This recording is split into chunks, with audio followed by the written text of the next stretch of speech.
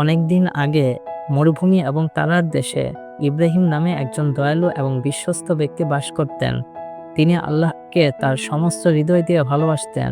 এক রাতে তিনি একটি স্বপ্ন দেখেছিলেন।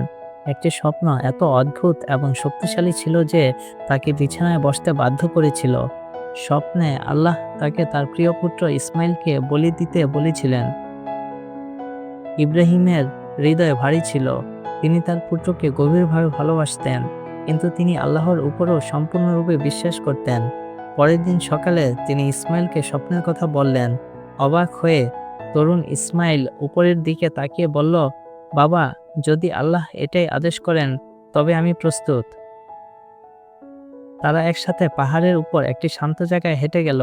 ইব্রাহিম ইসমাইলকে আলতো করে শুইয়ে দিলেন। তার হাত কাঁপছিল, কিন্তু যখন তিনি আদেশ পালন করতে যাচ্ছিলেন তখনই আশ্চর্যজনক কিছু ঘটে গেল।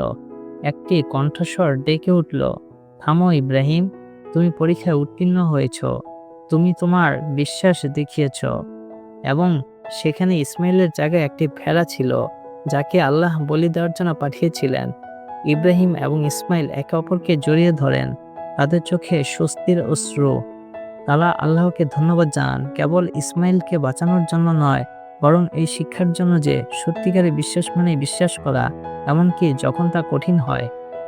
সেই দিন থেকে সারা বিশ্বের মুসলমানরা ইব্রাহিমের ভক্তি স্মরণ করে ঈদুল আজহা উদযাপন করে।